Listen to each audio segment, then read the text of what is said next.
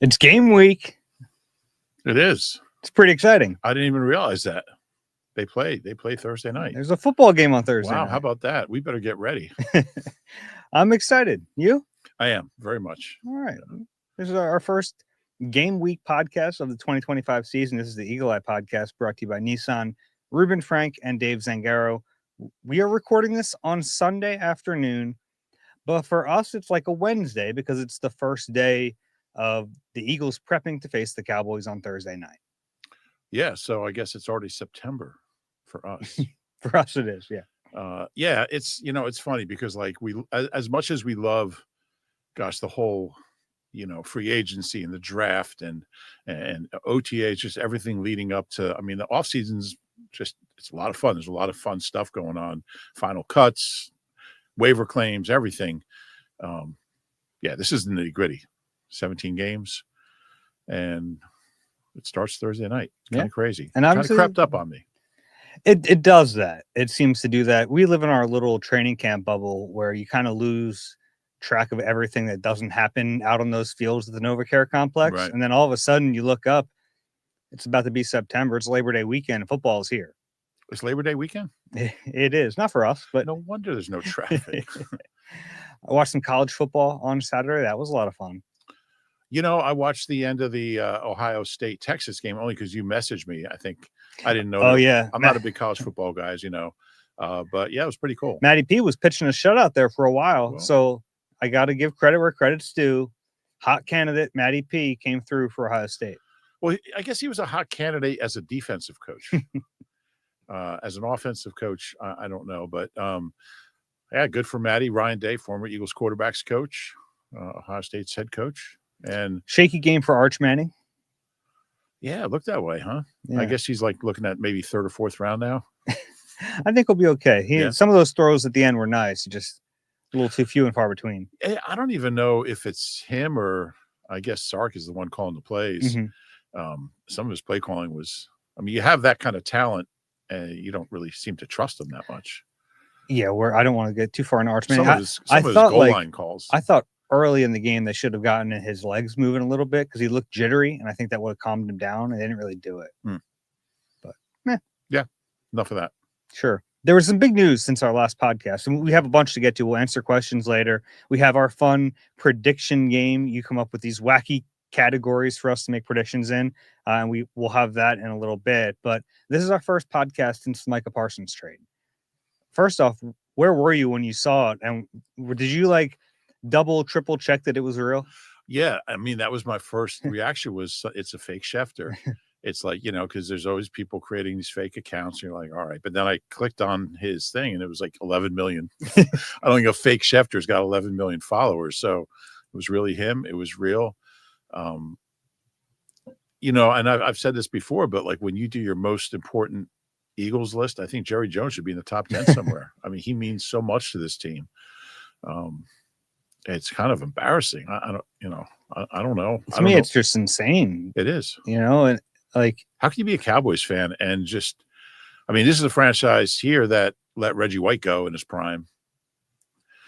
Obviously, circumstances were different. He was a free agent. He wasn't traded, but he had an owner who didn't want to pay him. Mm-hmm. So it was similar in that way. Yeah. Generational talent. Yep. Micah's so good. He's so good. It's worth it. Just, I know now there's reports that his podcast rub some of his teammates the wrong way and this and that. It's like the level of player means you put up with a lot. And everybody's got a podcast now. And you just can't let that stuff bother you. When you have a talent like that, yeah, you keep them. You do everything you can to keep them. And they didn't get enough. They didn't get enough. That's you would think they got enough, and they got 2 first-round picks. Okay, but the Packers are good. They're going to be late picks. They're going to be in the 20s, you would assume. And they got Kenny Clark, who's a good player. Good player. But it's not enough. No. Yeah. No. And if you're Lane Johnson and Jordan Mailata, Eagles seem to play the Packers a lot, but not twice a year. Yeah, they will play them this year, but yeah. They do, but only once. Only once. Yeah. Imagine you're Jordan Mailata and Lane Johnson. You're prepping for this game. You're watching a bunch of Micah. You get that news, it's got to feel like a weight off your shoulders. I know they won't admit it. They'll say they have good rushers aside from Micah we got to worry about, but it's not that guy. I mean, he's in the running every year for defensive MVP when he's healthy. That's you don't get rid of a guy like that. And the Eagles have actually had like a moderate level of success against him, but it's because they've had really good game plans to take him out of the game a lot of the time. And like, if you're not doing that, you can do a lot of other things. You know what I mean? Like just because his stats aren't great against the Eagles doesn't mean that it was easy to play against him. No, that's true. And I wonder, I haven't had a chance to read any of the Dallas Morning News and what they're saying, those guys, but I just wonder what Cowboys fans are thinking. Like, I have a friend who's a Cowboys fan. Where does he live in Texas? Going through it. Yeah. What part of North Texas is he in? Doesn't live in Texas. Oh, okay. Yeah. You said that like it was a shot at me. I don't care. No, it wasn't a shot at you. Yeah. How can you be a Cowboys fan knowing your owner is not committed to winning? Yeah. We got Lakers season right around the corner. So. And, it's like there's a reason they've won. I had something in my 10 obs today that the Eagles won 4 playoff games in 29 days in the postseason. The Cowboys have won 4 playoff games in the last 10,714 days. I mean, since 1996, they've won 4 playoff games. There's a reason when teams are really good. And it kind of, makes you appreciate Jeff Lurie. That's the thing. It's like most teams, there's some hope because maybe you fire that GM, you get rid of that coach. But when it's the owner, like there's nothing you can do. That's why, like, obviously everyone loves Jeff Lurie now, but there are always those moments, back before the first Super Bowl where you'd get people saying like, well, he's meddling too much. He's doing this, he's doing that. And it's like, you can complain about it, but the owner is going to do whatever the owner wants to do. And maybe they'll listen to feedback, but ultimately there's nothing you can do about it. Now, when it's a really bad situation, like Jerry, it doesn't seem like Jerry's listening to anyone else. It's all on him. And if he doesn't believe he's making mistakes or he thinks it's good for the franchise, you're just in a no-win situation as a Cowboys fan, at least. Yeah, you're right. And I think the Commanders just became the second best team in the division. Right? They already were. I don't think so. I mean, I thought the Cowboys were gonna finish ahead of them before this. But okay. I think they now we'll never know. We'll never know. Convenient. I won't be wrong. But I could see them kind of falling apart, maybe. Yeah, I mean, we talked about what it's like for a fan. Imagine being a player, even if that's true. Like some players were a little irked by him at times. Yeah, he's the best player on the team. And if you're someone else on that team, you're going, how unserious are we that we're trading away Micah Parsons? Yeah, crazy. We'll get into matchups. I've started my matchups for this game, and obviously this was going to be one of the biggest ones. Is how do you slow down Micah Parsons? It changes without him a little bit. Kenny Clark's a good player. You got to worry about him, but he's also going to have a week in Dallas before he plays that game. Remember the Eagles, Kenny Clark? He was a good interior lineman. I always assumed it was his son. No relation. No, never mind. I don't want you to look it up. Yeah, he played in the 40s, Dave. No, like what general time frame? 80s, late 80s. Late 80s, okay. Yeah. Early 90s. Mm-hmm. Yeah, probably a little, maybe too old to. But yeah, anyway. Well, Kenny Clark's been in the league a few years too. But anyway, yeah, we'll get into the matchups. Yeah. When do we do those? I guess we would do those on Tuesday. Yeah. We only have one more pod before the game because it's a Thursday game. That's why we're sneaking in a Sunday pod here. Yeah, so we won't do a pod before the game Thursday, but we will do one after the game. Yeah, okay. Friday morning. 8:20 kick, probably Friday. Yeah, Friday morning. Yeah. In the wee hours of Friday morning. Yeah, those are fun though. In general, like early thoughts on the Cowboys. You thought they were going to be the second best team in the division. I did not. I still think that's the Commanders. Yeah, well, I do now. I mean, if Dak's healthy, he always plays well against the Eagles, and I don't know if he's still that player. He was bad early last year. He was bad. They were 3-5 with him. He was bad. Hadn't played the Eagles yet. He got hurt his last game was the game before. Right. But his last 8 games against the Eagles, 25, or his last 10 games, 8-2, 25 touchdowns, 4 interceptions. So it's a different team. It's a different defense. I expect them to play well against them. I expect the Eagles to win by double digits. Weird things happen on opening day. It's always there's always upsets. There's always teams that you think are going to be really good that lose, and vice versa. So I think it could be a close game, like middle of the third quarter, I think the Eagles will pull away. And we'll do our predictions, I guess, on Tuesday. But it's a fun opener. They haven't opened against each other since the Pickle Juice game in 2000. Haven't opened against each other in Philly since 1970. Wow. Which is kind of crazy at Franklin Field. So it's unusual, and it's going to be a fun atmosphere down there. Yeah, the banner unveiling. I remember the game against Atlanta in week 1 of 2018. I picked against the Eagles in that game, and then I was down in the field during pregame warmups, and I was like, "Oh, well, I made a mistake." I don't know if anyone's going to beat this team today. It ended up being a close game, I think, but I just don't understand. Like, I mean, Joe Banner did a lot of good things while he was here, but I just don't know why. I mean, they didn't win a Super Bowl. Why are you unveiling? You think they're unveiling Joe Banner? Oh, it's not? It's a different banner. Oh, okay. Yeah, the atmosphere is going to be wild. I will tell, in all seriousness, if you're coming down, come early, because with the SEPTA situation. I like that you think you need to tell Eagles fans to get here early for a game. But, I mean, we always see 95 backed up, going up, all the way to, like, Academy Road when they're at home. So just get here early, get inside the parking lot, find your spot, and have a great time. But it's gonna get hairy. Also, leaving, I think, is going to be. I would park in South Philly and just walk. I would park in South Philly and just or in the Navy Yard, park in the Navy Yard and just walk over after the game. Okay. Go out the back way by Chick-fil-A and Wawa, 26th Street. Just a thought. Like our traffic correspondent. That's right. Me and Joe Altamonte. Any fear that the banner gets unveiled and you have like too much juice? You got to like tone it down with players?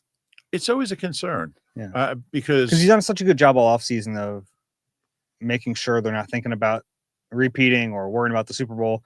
But then the banner gets unveiled and you kind of celebrate that team right before you play the new season. Yeah, it's not ideal because I mean, so much of Nick's message is even keel, next play, next rep, next series.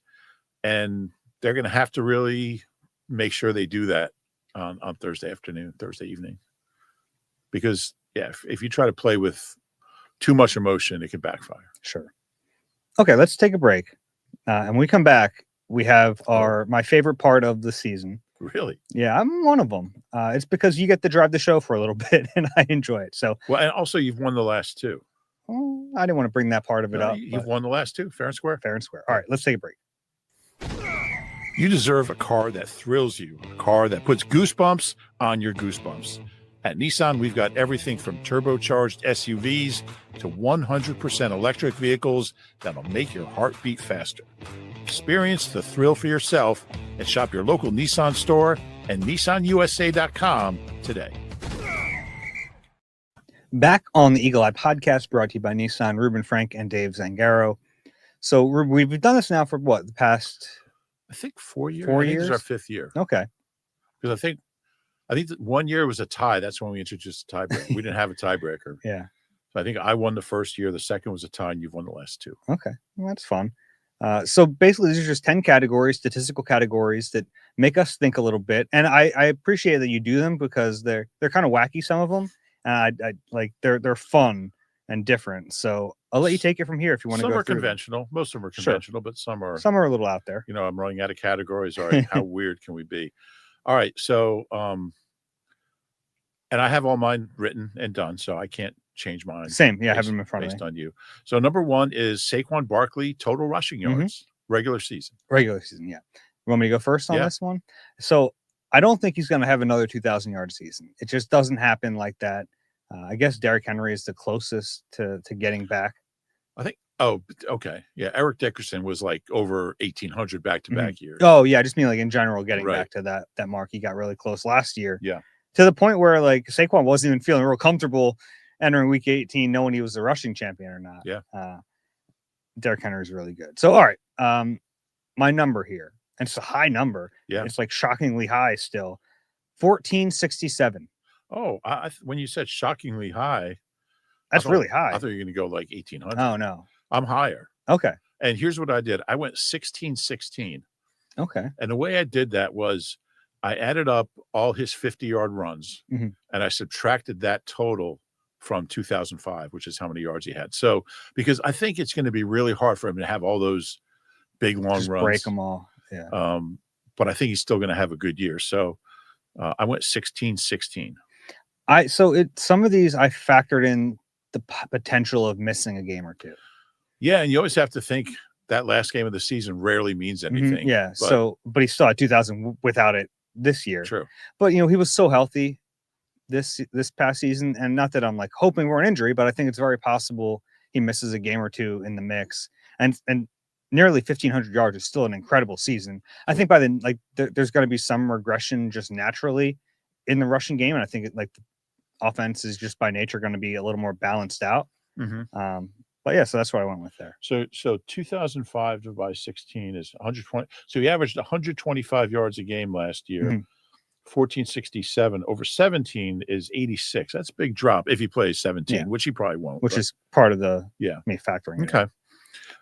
Number 2 is Nolan Smith plus Jalix Hunt combined sacks. What did you go with there? I have 19. Oh, we're close. I have 17. Okay. Yeah. I think it's going to be a group rush situation again this year. And part of my thinking here was the potential that they still add an edge rusher at some point that might take some snaps away from one or both of those guys. But 17 would be, I think that you'd be okay with that. How, did you break it up in your mind any particular way? No. Okay.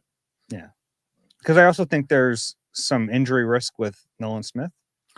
I sound like a Debbie Downer talking about all the potential injuries, but he's had some injuries in his career. So shoulder. If he misses some time here or there, I think that's very possible. I went a little higher because I'm thinking, I don't have a ton of faith in the other edge rushers, and they could add somebody.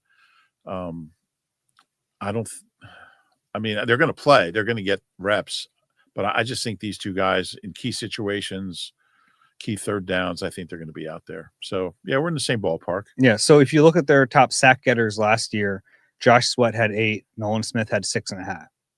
14.5. Yeah, I think that number is going to go up. I do too. I think Nolan's going to be pretty good. I think there's a good chance. I guess the last 16 games, including the postseason, he had 10.5. Yeah, I believe he was really good in the postseason. I think that's what he's gonna. I think that's what he's gonna look like. We're pretty close there, though. Yeah. All right, number 3. Yep. Quinyon Mitchell interceptions. This is tough because he had 0 in the entire regular season, but then he had 2 in the playoffs last year. Yeah. I have him with 4. I also have 4. Okay, we're pushed there. Okay. 4 feels like the right number. Let's throw out that category and go Parry Nickerson interceptions. All right, next category is A.J. Brown receiving yards. I'll just give you a number, 1425. Okay. I went a little lower. Okay. I went a little lower. He's had the 2 1,400-yard seasons. I worry a little bit about his health, worry about his knees. Sure. Obviously getting over a hamstring injury now. Yeah. It's a pretty high number, but I went 1308. Okay. So a lot of these categories to me kind of went together a little bit. If I'm seeing a decrease in Saquon Barkley rushing yards, I don't think the offense is going to be worse. I think it's going to be a little more balanced. So I went a little higher on AJ. I went a little higher on the next category just to try to balance that out. I went a little higher in the next category as well. I think Jahan Dotson might catch some passes. I think he might be a factor. That would eat into AJ's production? That would just kind of add to the passing game. If AJ misses, let's say he misses 2 or 3 games. Sure. So I think you have a pretty good third option. I just go back to him saying he wants to put a stamp on being the best receiver in the NFL, and I think it could be a monster year for him. Could be. I feel good about being higher on this than you because I get everything above my mark, and I think there's a chance he goes above it. That's fair. Yeah, he certainly could. I also think Devontae is going to have a big year, but they've both had big years before. Number 5, as you alluded to, is Jalen Hurts passing yards. Yeah. So in his career, he's never hit 4,000. In fact, close, right? In 22. In fact, the Eagles have only had one 4,000-yard passer in their existence, and it was Carson Wentz. So the Vikings. Yes. His high was in 2023, 38.58. I have him above that. Really? Yeah, I have a high number here. I have 39.30. Wow. Okay.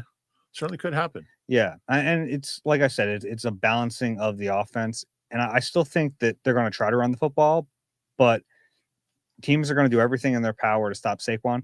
I think they're not going to have a ton of success with it. I think he's still going to be a really good player, but I like Jalen to have a big year. That's fair. I thought I was going really high. Oh, I went 36-61. You're well ahead of me. yeah. I mean, that's about, that would actually be lower than 22 and 23. So it's obviously last year, 15 games had under 3,000. I think we both agree is going to be over 3,000. Yeah. And then with Jalen, again, I don't want to harp on the injury thing, but he usually misses a couple games. Sure. So you kind of take that into account. But we're in the same ballpark, but you're higher on that. You're higher on the last two. Number 6 was Eagles total Which points. makes sense, though, because, the way we see the offense going. Right. Exactly. Total points scored for the Eagles. I went 486. Ooh, that's a high number. Mm-hmm. That's a high number. That's they were at 463 last year. 486 is 28.6 per game, and this is total points, not just offense. Mm-hmm. I thought I went high again. You went higher than me. I went 464. Oh, you had them one more point than last year. Yeah. I might be too high there, but I looked at like the top offenses in the league, and it has them. It's below, the elite offenses, but I think they'll be a very good offense. Yeah, I feel like they should score 30 points a game, and that would be over 500, obviously. New coordinator again. Yeah, we'll see. Certainly capable of it. Now I'm thinking my number's too low, but I'll stick with 464. And then the flip side of that is number 7, Eagles points allowed. What? Isn't that what you have? No. Oh, did I change this? Oh my God. What did I send you? I might have them out of order. Okay. No, I don't have an Eagles points allowed on my sheet. I have Braden Mann net punting average. Oh, I must have sent you the wrong thing. This is terrible. All right. Well, which would you rather do? The one that I prepared for. The net punting average? Yeah.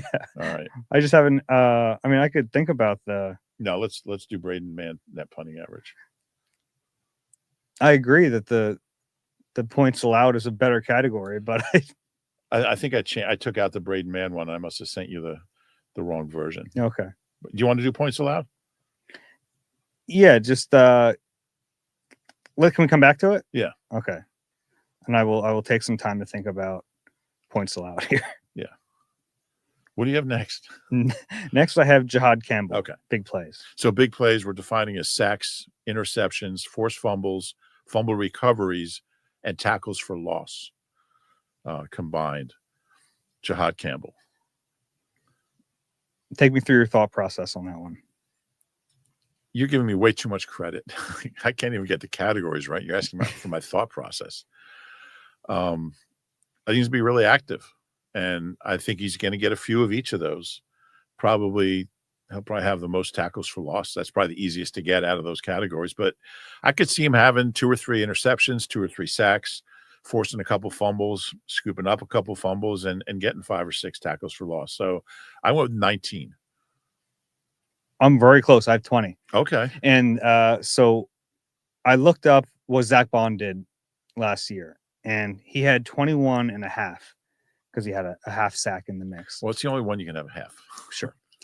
I think you can have half a TFL. I don't think they credit him that way. Okay. Nice try. My thought process was obviously the biggest category there you can rack them up there is tackles for loss. Right. And in the back of my mind, I see more Jihad Campbell moving forward, playing on the line, which allows Zach Bond to play in coverage. And especially if Nakobe Dean comes back and has some sort of role, I see more of a role for Campbell on the line of scrimmage, which would inevitably, you'd think, lead to more tackles for loss. So it's not like I think he's going to have the year Zach Bond had last year, but I think he'll be able to get that number high enough with the TFLs. Yeah, that's a good way to look at it. The TFLs are where you're going to get the biggest number. I think from what I've seen, I think he's be really active, doing a lot of good things in a lot of ways. So we're in the same ballpark there. Okay, you want to go back to number 7? I have an answer. Okay. Points allowed. Oh, I thought it was Brady at 41.2 net. All right. This is total points allowed, right? Yes. Not per game. Okay. If this was point per game, this would be a high number. This would be a bad season. 342. Oh, wow. I have 346. Interesting. So a couple safeties. We're in the same ballpark. Well, how'd you come up with that number? Probably the same way I came up with mine. I don't think they'll be quite as good as they were last year. It was the number last year. You have that 303. 303. They have a tougher schedule. There are more questions on defense this year. I think a few more. They were questions last year too, and that's a point we shouldn't forget. And I just looked up where that would put them. That would put them like 7th, 8th. That's what in the league, and I think that's about where they'll be. I looked up, I think 7th or 8th last year, and I went with that number. So we're on number 9 now. Yes, Will Shipley scrimmage yards. What? Oh, no. You want to go first on that one? Why don't you go first? I think he's going to play a lot. I looked at what Gainwell averaged over the last 4 years, and obviously, it's a little different when you have Saquon as opposed to DeAndre Swift or Miles Sanders. But I do think this year. And I don't think Saquon's touches are going to go dramatically down. I think they'll go down a little bit. Just natural. I mean, yeah, I think he's not going to touch it that much. Again, 23-5 last year. So I think Shipley, I'm coming around on Shipley, and we talked about that on the last pod. If you go higher on this than me, I'll be shocked. After the whole summer of us talking, me saying he's the number 2, and you saying you're not sure between him and AJ Dillon. I think he's a little bit better than Gainwell. I like Gainwell. Whoa, really? I think Gainwell did some good things. You were like, it went Nick Sirianni, Reuben Frank in terms of love for Kenny Gainwell in this city. I like Kenny Gainwell. I thought he was a good player. I think Shipley's got a little more juice in the receiving game. I'm not sure exactly where he's going to be as a runner. I think you might see more big plays from him. I just really panicked to make sure that it's scrimmage yards. Oh, it is. Yeah. In my head, I just really panicked that it might be all-purpose yards, and then I would kick returns. Hastily change my number. Yeah. No, scrimmage yards, so just rushing plus receiving. My number might be a little high, but I went with 2,000. 1,200. 1,205. No, I went 484. That is higher than me. I went 406. Okay. Yeah. I mean, and I looked at like 484 is only 28 a game. Okay. So if he gets 6 touches, 4.5 yards a touch, including catches. I think he's going to have a 10-yard, 12-yard catch. We both have him higher than Kenny G last year. Kenny G had some games where he was kind of forgotten. All right, number 10. And we were kind of just talking about this walking down to Nick's presser, the way they use the practice squad. Is that the one that's number 10? Do you have that? That's your tiebreaker. I definitely sent you the wrong. All right, what's number 10?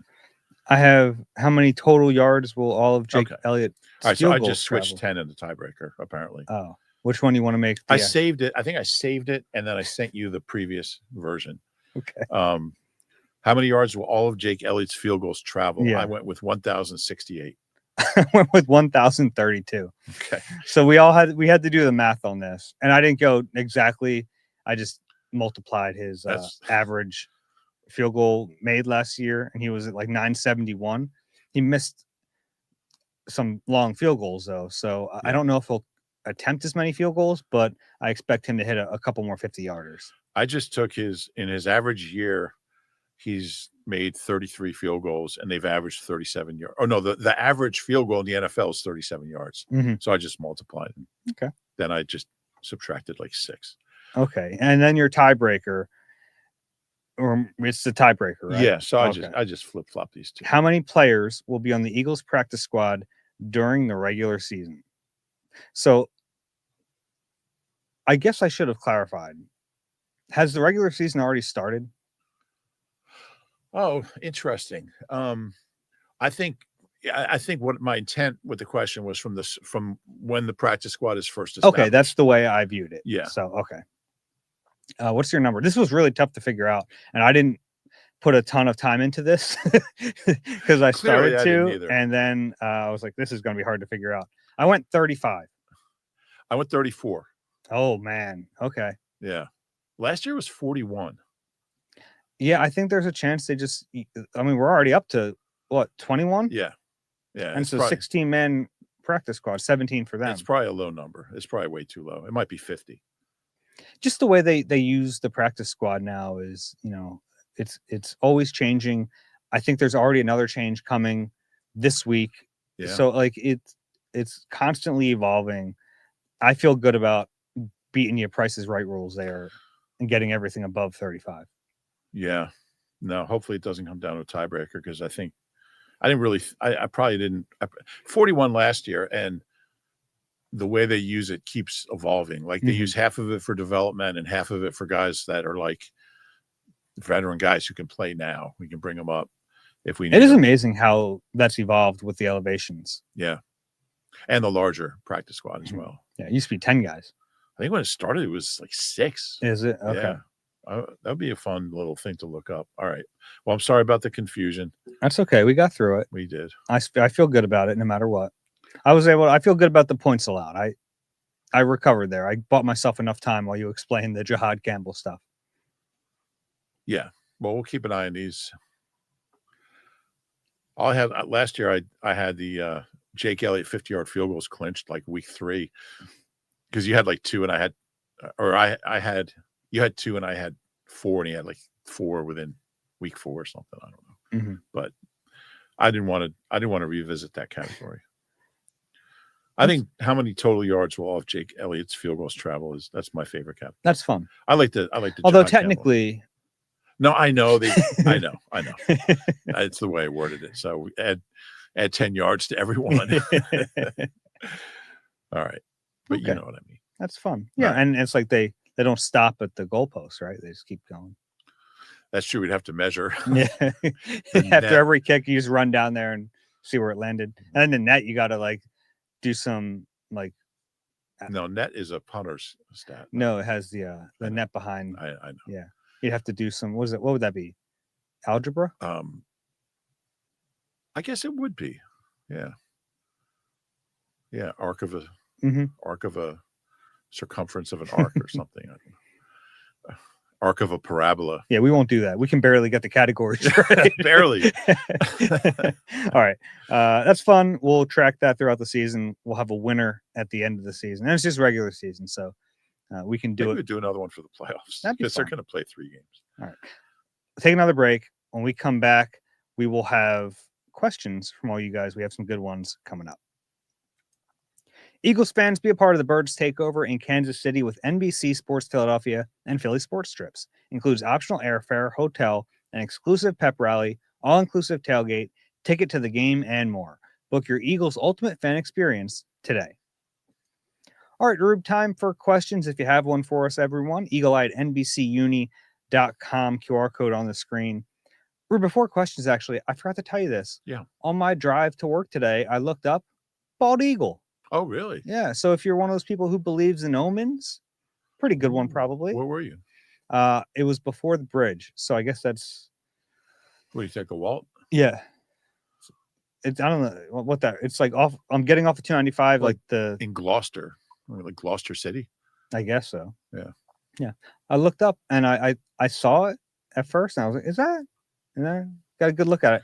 If I wouldn't crash my car violently, I would have tried to get a video of it. I saw one at Fairmount Park once. Yeah, over by Valley Green. We've seen them before while at the NovaCare complex. So I've been on the practice field and looked up and have seen a bald eagle.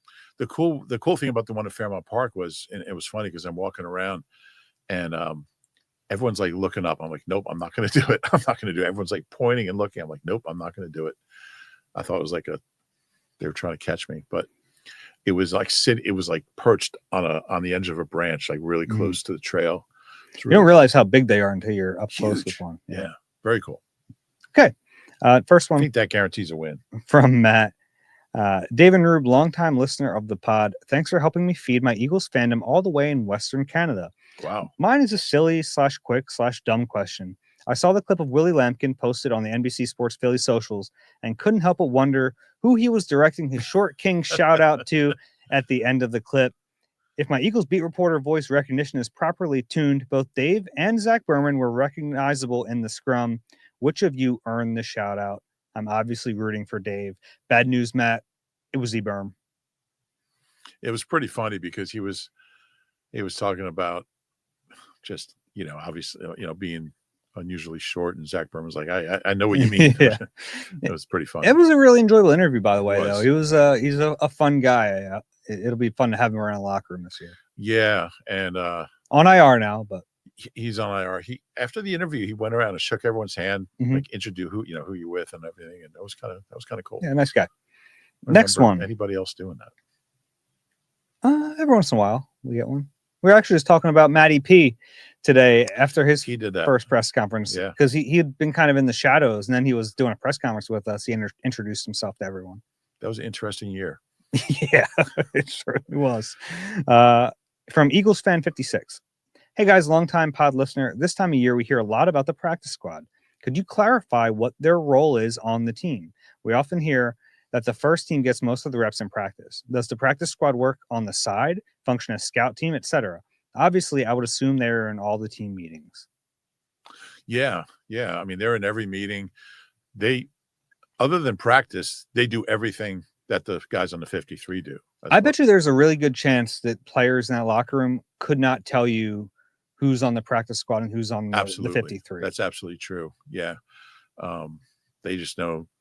Some guys will know that a couple guys in their position are on the practice squad, but yeah, they don't know. But as far as practice, yeah, they're scout team.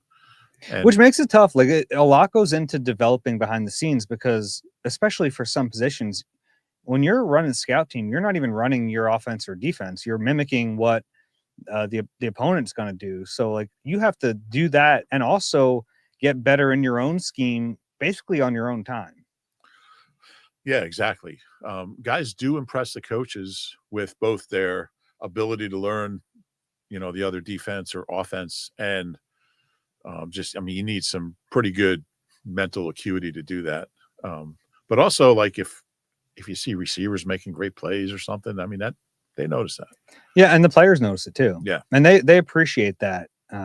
If you're getting good looks in scout team, that goes a long way. Yeah, they appreciate that. I've told the story before about Brandon Gibson, who was on the Eagles practice squad and made two of the greatest catches I've ever seen in my life, back to back. One was in the middle. He had three guys around him just leaping one-hander, and the other one was like diving, just snag.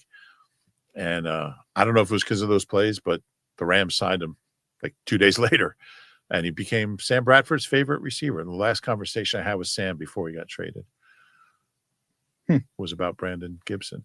Interesting. So yeah, and like we mentioned, the usage of the practice squad has really changed over the years. It's now like you're right. There's some developmental spots, and it's not like you don't have to do one or the other. But the Eagles like to have a few developmental guys, but then guys they feel like can help them on Sundays, and with the elevations, they use them, and they use it. It really is like a taxi squad.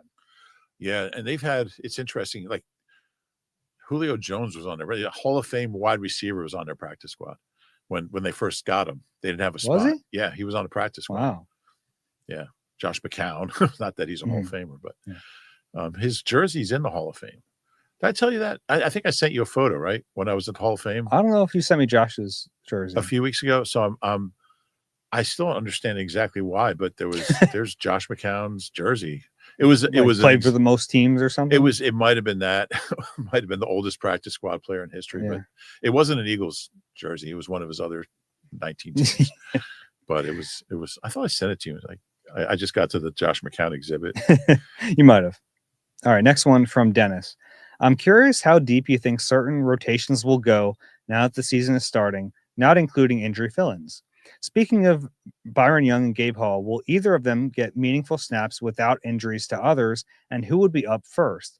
At defensive end, will Ogbo play much, or is he just there for insurance? Finally, at CB2, do you think Adoree Jackson just owns the spot completely for the first few weeks, or do you think they'll do some sort of trial and error with the first few games with him and Bennett and or Keely Ringo? It's funny because I was thinking driving down here, would Vic have a rotation at cornerback? I don't think he would. I don't know what the benefit of that would be. Trying to find the guy who's playing the best. If you're not sold on either one, you think they're close. Yeah. But I talked myself out of it, but it just kind of struck me. Would he do that? I don't think he would. But it's funny that he asked about it because I was thinking about that this morning. It's a good question about rotations. Let's start with the defensive tackle one. So obviously your three starters are Jalen Carter, Jordan Davis, Moro Ojima. After that, you have the rookie Ty Robinson, and then you have Byron Young and Gabe Hall. Yeah, and like you said, I mean, when Jalen Carter's playing 96% of the snaps, there's not a lot of other snaps to go around. And they've talked about how Jordan Davis's snaps are going to go up. They have to. I think he was at 39% last year or something. I would think Ty Robinson would be the next guy after the first three. I'm not sure how much more there'll be, maybe a little bit situational. And Gabe Hall and Byron Young technically play the same position, but they're very different types of players. I think Byron Young would be a better fit to spell Jordan Davis on the nose, which you're not even in 5-man fronts that much anymore. Yeah. But that is better. He's like shorter and squattier and can kind of clog the middle of that line a little bit more, whereas Gabe Hall is really tall and lean and kind of slices into the backfield more. Yeah. We talked to both of them over the last couple of days, and they're very close. I think you wrote a story about just how much how close they've gotten, and some of the stuff that, that they've been through together. It's a pretty cool story. Yeah, it definitely added a fun layer to them making the 53. Like either one of them on their own is a really cool story. Byron Young on IR for a lot of last year, never played a snap. Gabe Hall on the practice squad all year, never played a snap. So like either one of them on their own is a really cool story. And then you find out how close they got last year. Byron Young shared with us that his father died in late March. He said March. Yeah. And, he came back and Gabe Hall was just like the guy who was there for him. So a really cool story. Yeah. You're far away from home. Your family's not here. You just lost your dad. And he really leaned on Gabe Hall. It was really cool. And they both talked about it. Definitely check out Dave's story. Yeah. It was cool. From John. Hey, John.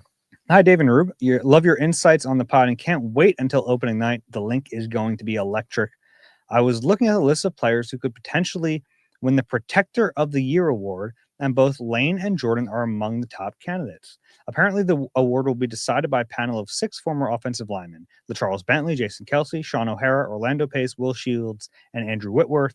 The award will be given to the O-lineman who performs best against 5 specific criteria: skill metrics, pass block win rate, impact of a team's offensive success, leadership, durability, and success against top defenders.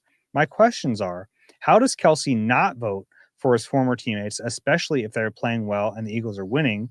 What chance would you give to Lane and Jordan to win this award, knowing they will go up against Penei Sewells and Tristan Wirfs of the world? And lastly, why isn't Landon being considered for this award? Welcome your thoughts.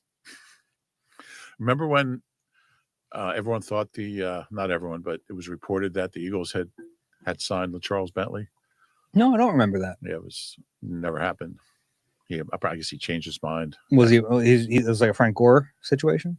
Yeah, I'm not sure if he was that close, but okay. Yeah, but that was no, I don't remember that. That was a big deal. Why isn't Landon? I mean, yeah, I would certainly. Landon Dickerson's as good as any guard in the league, I think. Top 3. So he's probably top 10 offensive lineman. I mean, Kelsey's going to vote for the best guy. He's not going to. I mean, that might very well be Lane. I mean, Lane's the guy I think who could win it, and especially because it's the first time they're doing this award, right or wrong. Like it might end up being a little bit of like a career achievement award if Lane wins it, but that's okay. Like he's been, if not the best, one of the best offensive tackles for a really long time now. I do know if it's close, Kelsey will vote for Lane. Probably, right. Probably, yeah.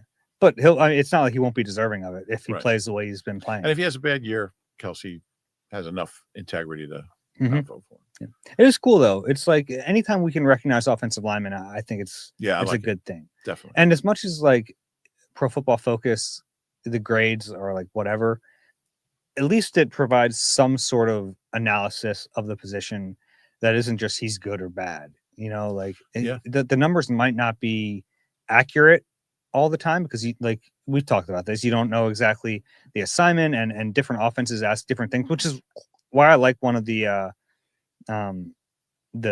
criteria here of impact on the team's offensive success, because that should give guys like Lane and Jordan a big boost because they're on islands for 95% of a game against some of the best pass rushers in the league. But not as many as there used to be. Yeah, But no, it's interesting. Who are the six? Kelsey, Charles Bentley, Sean O'Hara, Orlando Pace, Will Shields, and Andrew Whitworth. A pretty good group. Yeah, definitely. Yeah. And Lane and Whitworth are pretty tight, so that might be 2 votes for Lane. Might be. Yeah. Whitworth had a nice end of his career, didn't he? He did.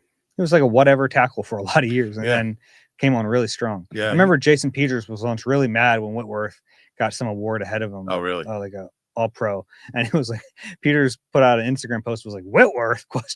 Interesting. Yeah. Okay. It's good to know. Yeah. Whitworth was good. Jason Peters was like obviously a better athlete and could do more things on the field. Yeah. All right. We have time for a few more here. This Okay. one from Tom. Hi, guys. A football question and a music question. I hope you don't mind. Who's the music question for? We'll figure it out when we get there. Football. In 2023, there were changes that created 1 cut down day rather than 3. How do you went to 2 first? It did eventually, yeah. How do you, coaches and GMs feel about this? I can't see how it benefits any team or why the change was necessary. Well, I think part of the problem was you were playing the last preseason game without enough players. Without enough players. Mm-hmm. Yeah, I kind of like it this way. Yeah, there's no reason not to. Yeah. Like, what's the point of cutting down early? Yeah, none. You might as well get these guys extra game tape that they, if someone has a good third preseason game, it might not make your team, but they can at least get good tape out there. One of the things was, it gives guys a chance to hook on with another team sooner, but it doesn't, because they have to cut their roster too. Mm-hmm. So they don't have spots open. So you have the same chance after final cut. I still call it final cut. I don't know why. Okay. Music. Well, it is the final cut. It's just the first and final. It's the first cut too, but we don't call it that. Because the first cut implies that there are more coming. So is final, I think. That implies that there are more preceding it. If you say final cut, people true, but who does that hurt? None of it hurts anybody. Rube, in 1980 through 82 in college, I was exposed to so much new music, it was almost overwhelming. One album I fell in love with was a story about the muses of Greek mythology, loosely translated. I cannot remember the band that put that out. Any suggestions? What was it? That was a story about the muse of Greek mythology. Does it ring any bells? Yeah, I think he's thinking of Michael Quattro in collaboration with the Gods, possibly. Kind of a proggy record. It was all about Greek mythology. It's Susie Quattro's brother. Oh, of course. Was Susie Quattro? Wasn't she on? Were there 4 siblings in that family? God, that's as bad as some of mine. I think Susie Quattro, wasn't she on Happy Days? Pinky Tuscadero or something. Her brother was a keyboard player and put out some proggy records back in the early 80s. I'm guessing it might have been in collaboration with the Gods by Michael Quattro, but I could be dead wrong. If you got that for him, we've all had one of those moments where you just can't think of something, and if you just figure that out for him, he's gonna be really happy. I'd be really happy. I don't know what we did before Shazam. I love this song. You'd write down some lyrics. You try to listen to lyrics and ask your friends, do you know a song that goes, Shazam's pretty cool, isn't baby, it? Baby, I love you. First time I ever saw Shazam being used was in a tapas restaurant in St. Louis, after a Rams-Eagles game. And Phil Sheridan, some song came on, and Phil Sheridan just sticks his phone up. What are you doing? And and that's the story. That was the first time I never knew about Shazam before. I like Shazam. It's fun. Yeah, it's very useful. I find that I Shazam more really bad songs than good songs, because just to know, I know the good ones, but I'm like, what is that? I like that it keeps training camp. All of your searches. It does. I like that. Sometimes I forget that I did one, and then I look back at it. You know what I like on Shazam? That it gives you the number of times that song was Shazammed. Oh, does it? Yeah. That's interesting. So you're like, wow, this is a great song. Oh, 11 times. I guess nobody likes it. It's not good that I can't find Shazam. It probably means that when I need it. Oh, there it is. Well, I want to see what my last one I looked up was. It was on August 6th. It was Northern Sky by Nick Drake. Nick Drake is great. Yeah. I'm impressed. Love Nick Drake. Yeah, it's fun. You can go through it all. The last one, I Shazam was at Bagel Place this morning. It was this girl just screaming and screeching. I'm like, this is terrible. What is this? And it was Chapel Roan, who apparently a lot of people love, but pretty big right now. Yeah, Let's see how many people have Shazam that one.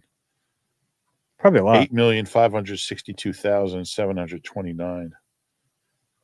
So it's not very popular. We'll finish with Kurt here. Dave and Rube, what are your thoughts on Nakobe Dean after he comes back healthy and shows that he's back to where he was before his injury? The Eagles trade him for a higher draft pick, maybe a second or third rounder. This is his theory.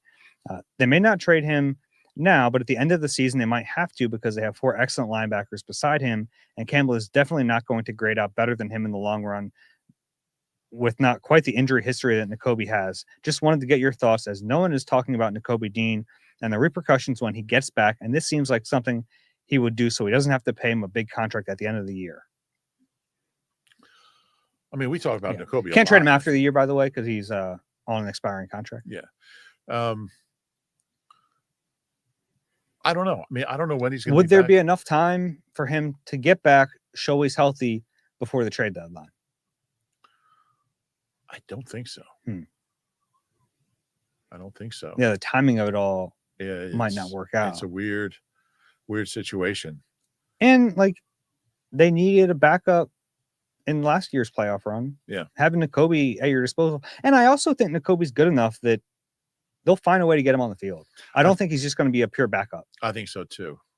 Can't forget how good he was last year. He was really good. Really and good. Like, obviously the big question is like, does he return as the same player? And without injury, you never really know. But if he is, I think they're going to find a way to use him. Yeah, remember, he's a really good special teamer, so he has that in his back pocket. But it's a weird, unusual, almost awkward situation. Be interesting to see how it works out. Yeah. Thanks for those questions. If you have one for us, eagleeye@nbcuni.com. QR code is on the screen. If you enjoy the Eagle Eye podcast, please do us a favor, rate and subscribe wherever you get your pods. If you're watching on YouTube, click the like button and subscribe there as well. Rube, anything else on your mind today? Yeah, I actually found the real list of prediction questions. So number 4 is actually, it's actually A.J. Dillon receiving yards. No, nothing. I'm just getting very stoked for Thursday. Yeah, it's going to be a lot of fun. One more pod before that game. We'll get into all the matchups and take you into the locker room a little bit, what we've heard during the week. That'll come on Tuesday. But for now, that's Reuben Frank. I'm Dave Zangaro. This has been Eagle Eye, presented by Nissan. We'll talk to you soon.